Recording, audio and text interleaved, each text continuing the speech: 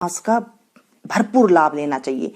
कैसे लाभ लेना चाहिए देखिए, इसके अंदर हमें धन, सुख, आयु, आरोग्य, वैकुंठधाम सब कुछ मिलता है दोस्तों। सब मासों से बड़ा महीना है और इसमें हमें विष्णु भगवान की सेवा करनी चाहिए। साथ में जो है क्या क्या करना चाहिए, आज मैं सारी बातें आपके साथ शेयर करूंगी दोस्तों।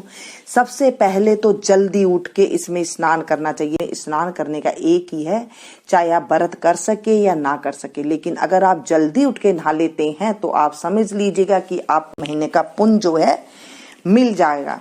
क्योंकि जब हम जल्दी उठ के नहाते हैं हमें भगवान अपने आप ही आशीर्वाद दे देता है और हमें पता ही नहीं लगता कि हमें इतना सुख कहाँ से होने लग गया। सब में जल्दी उठ के आप स्नान कीजिएगा। आप अगर ये कहानी सुन लेते हैं तो भी आपको पूरा फल मिलता है। सबसे पहले आप जल्दी स्नान कीजिए, उसके बाद आप पीपल के पेड़ के नीचे जाइए, वहां पर आप जल अर्पण कीजिए, रोली, अक्षत, चावल और आप थोड़ी सी मोली और धूप दीप अवश्य वहां पर दिखा के आना चाहिए दोस्तों। वहां पर 3 फेरी भी अगर आप लगा सकते हैं तो लगाना चाहिए, लेकिन ध्यान रखिएगा रविवार के दिन जो है पीपल को जल अर्पण नहीं करते हैं, इससे महादोष होता है, आदमी दलिद्र हो जाता है धनवान की जगह। इस चीज की जानकारी होनी चाहिए हम लोगों को, किस दिन हमें जल नहीं सींचना चाहिए और किस दिन नहीं सींचना चाहिए। द्वादशी तिथि को भी पीपल में जल नहीं सींचना चाहिए दोस्तों। हमें ऐसी छोटी छोटी जानकारियां ये ध्यान रखनी चाहिए। फिर हम ये जब आप लोग पूजा पाठ करते तो आप ये कह देते हो कि हम खूब पूजा पाठ करते हैं, लेकिन पता नहीं हमारे साथ ऐसा क्यों हो रहा है। अगर आपने रविवार को नमक, अगर आप व्रत कर रहे हैं तो रविवार को आप नमक नहीं लेना चाहिए इसके अंदर, ऐसा हमारे उसमें लिखा हुआ है। आप घर में आकर के जब आप पीपल सींच करके आ जाए, घर में आके बांदरी की कहानी जरूर सुननी चाहिए दोस्तों। बांदरी की कहानी का बहुत महत्व है और ये बांदरी कहानी मैं आपके साथ आज आपको सुनाने जा रही हूँ। आप 1 महीना पूरा ये बांदरी कहानी सुनना और इसका लाभ उठाना और औरों को भी इसे सुनाना, क्योंकि जब हम किसी को सुनाते हैं तो हमारे धर्म में ये कहा गया है, हिंदू धर्म में हमारे शास्त्र में ये कहा गया है कि जब हम किसी को कुछ कथा, अच्छा कुछ धर्म की बातें बताते हैं तो जो भी कोई सामने वाला पुण्य करता है तो हमें अपने आप ही उसका 16वां हिस्सा मिल जाता है। तो हम जितनों के पास ये चीजें जानकारियां भेजते हैं, पुण्य की जितनी भी बातें करते हैं, तो हमारे पास अपने आप ही पुण्य मिल जाता है, हमें 16वां हिस्सा सुख का अपने आप ही मिल जाता है। दोस्तों आपको बातें बता रही हूँ, बहुत ही अमोघ महीना है तो आप इसे जरूर नहीं छोड़िएगा, चाहे आपसे व्रत करा जाए या ना करा जाए। लेकिन बांदरी की कहानी के लिए आपको 5 मिनट अवश्य निकालना बहुत जरूरी है दोस्तों, जरूर करिएगा। स्नान करते हैं ना, उसमें जो है 1000 गौएं, लाख गौओं का जो दान का जितना फल मिलता है ना, इतना फल हम स्नान से मिलता है दोस्तों।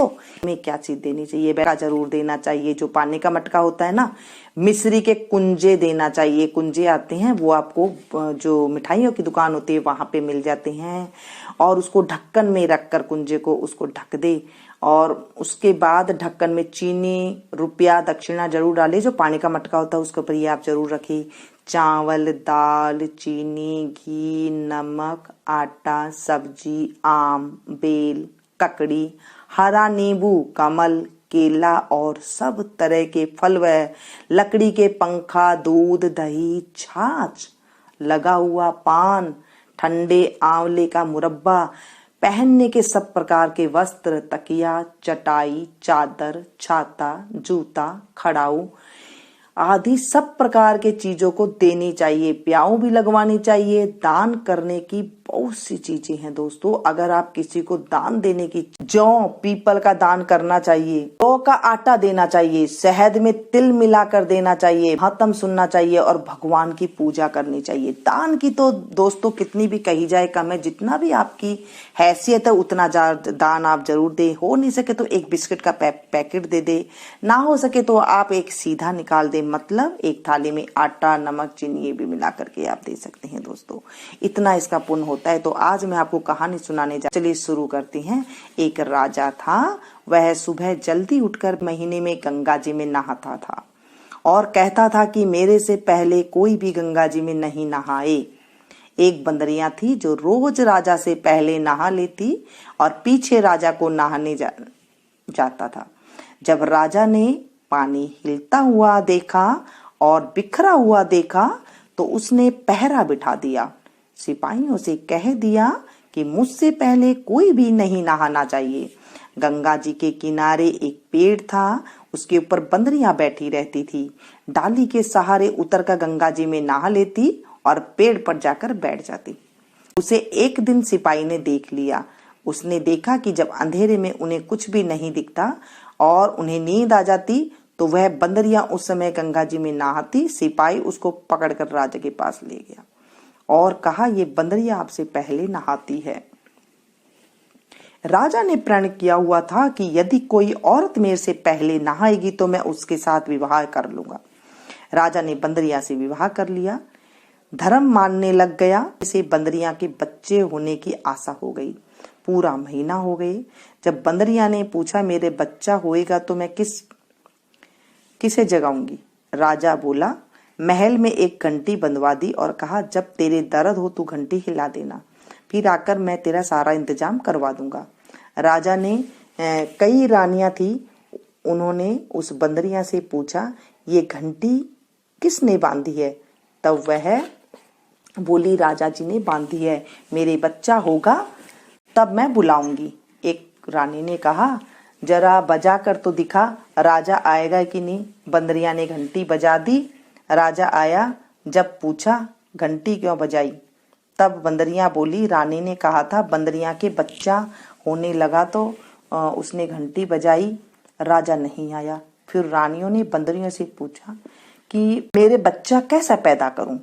तब रानिया ने कहा, आंखों पर पट्टी बांध ले, ओखली में सिर दे दे। फिर बंदरिया नहाने के पुण्य से एक अति सुंदर लड़का हुआ। होते ही रानी ने राजा को कहा दिया, दासी को दे दिया और कहा, इस बंदरिया के बच्चे को नदी में बहा दो और बंदरिया के पास आटे का खून में लपेट कर रख दो। राजा ने आकर पूछा, क्या बच्चा हुआ है? तब रानी ने कहा, बच्चा नहीं हुआ, ये ईंट पत्थर हुआ है।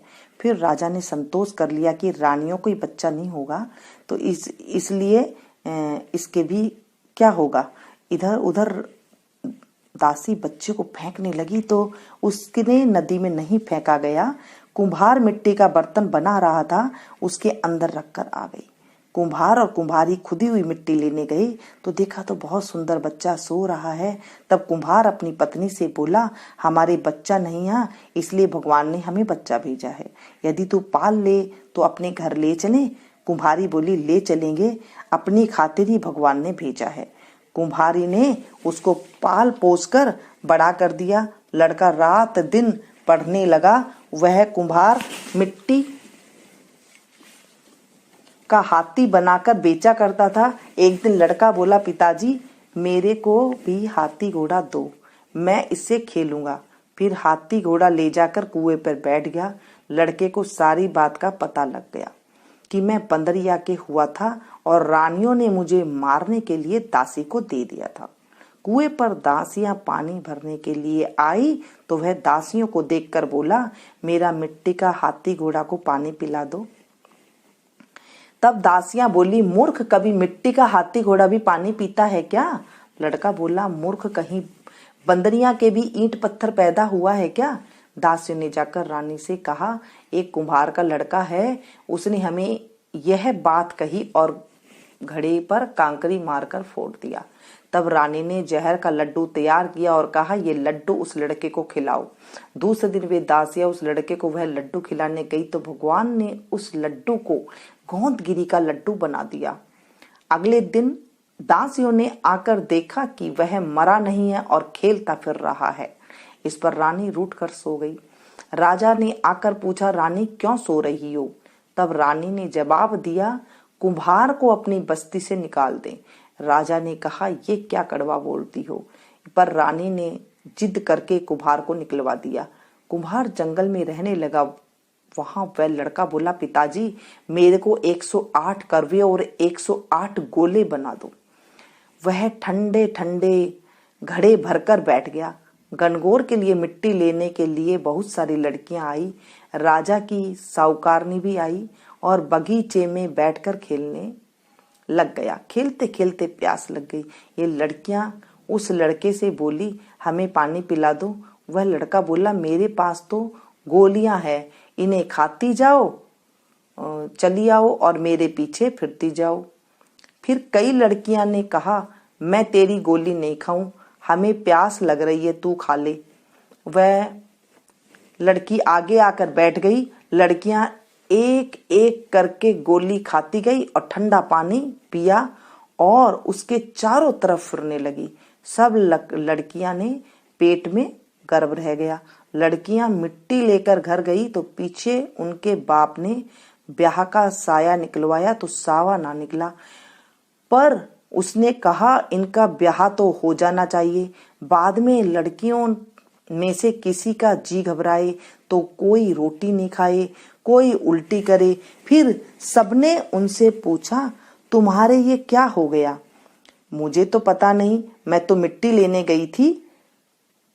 वहां पर कुम्हार का लड़का हमें एक एक गोली देता गया और पानी पिलाता गया और खुद बीच में बैठ गया और हमसे कहा, तुम चारों तरफ फिरो।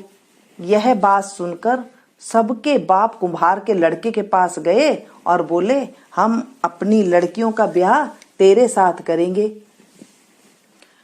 उसने सबके साथ फेरे लिए। कुम्हार बोला, आप बड़े आदमी हो, राजा रानी हो, मेरा बेटा ऐसा क्या करेगा? पर सब कोई उसके साथ अपनी अपनी लड़कियों का विवाह कर गए। बहुत सा धन दौलत देखकर अपनी अपनी लड़कियों को विदा कर दिया और इस तरह 108 बहुएं आ गई। फिर सबके लड़के भी हो गए और 108 कमरे बनवा दिए। सब बहुओं के लिए भी कमरे बनवा दिए। फिर लड़के ने कहा, पिताजी हम सारे नगर में दावत को बुलावा देंगे। आपके इतनी बहुआं आई है और इतने पोते हो गए। कुम्हार ने कहा, जिमा दो। तब सारी नगरी और राजा रानी को बुलावा दे दिया। सब कोई जीवने आए और राजा का परिवार भी सेना सहित खुद आया। लड़के ने कहा, बंदरियां क्यों नहीं लाई? राजा ने कहा, बंदरियां को भी बुलवा लेते। राजा ने बंदरियां को बुलाने के लिए रथ पाल की सजाकर भिजवा दिया। वहां पर सारी सभा के बीच सोन की चौकी पर सुंदर गद्दी बिछवा दी। फिर बंदरियां आई तो गद्दी के ऊपर जो है बैठा दिया और 108 बहुओं से कह दिया कि ये बंदरियां मेरी जन्म की माँ है और सब कोई सोने की मोहरें देकर गोद में पोते देती जाओ। फिर सब बहुएं आई और सोने की मोहरें देकर पैर छूकर गोद में पोते देती गई। बंदरियां सबको आशीर्वाद देती गई। राजा की रानियां समझ गई और राजा से कहा, ये हमें बुलाकर हमारा अपमान कर रहे हैं, इसलिए हम जा रहे हैं। फिर राजा भी लड़कर बोला, हे भाई, तू बंदरियां का इतना स्वागत क्यों कर रहा है? लड़का बोला, यह बंदरियां मेरी जन्म की माँ है। राजा ने पूछा, कैसे? लड़का बोला, मैं बंदरिया से पैदा हुआ था तो तुम्हारी रानियों ने मुझे दासियों को दे दिया और कहा कि इसे नदी में बहा दो, लेकिन दासी ने मुझे नदी में नहीं बहाया, उसने मुझे गड्ढे में रख दिया और कुम्हारनी ने मुझे पाल पोस कर बड़ा कर दिया और रानिया ने तुम्हारे से कहा कि उससे गारा पैदा हुआ है। जो दासी मेरे को ले गई थी वह यहीं पर खड़ी है। दासी ने कह दिया, हाँ मेरे को दिया था, मेरे से इसे नदी में नहीं फेंका गया, इसीलिए इसको खंदेड़ में रख दिया। रानियां सुरकर चुप हो गई। पीछे राजा ने रानियों को छोड़ दिया और बंदरियां को साथ ले गया। साथ में पोतों और बहुओं और बेटों को साथ वे बड़े गाजे बाजे से अपने घर ले गया और सबको अलग अलग महल बनवा दिए। सब वहां पर जाकर राज्य करने लगी। नहाने का इतना फल है तो सबको बताइए और दान पुण्य करना चाहिए। बाद में कुम्हार से कहा, तेरे को जितना धन चाहिए ले ले, तेरा मन चाहे तो मेरे घर पर रह जा, तेरा मन हो तो तू अपने घर पर रह, क्योंकि तूने बहुत बड़ा उपकार किया है। फिर उसको बहुत सारा धन दे दिया। बंदरिया बेटा जी का राज्य पाया और 108 पोते पाए। हे भगवान, जैसे बंदरिया को सुख संपत्ति दी वैसे ही सबको देना। जो कोई इस कहानी को कहता है और सुनता है और भगवान की कृपा से उसकी सब मनोकामना पूर्ण करना। दोस्तों,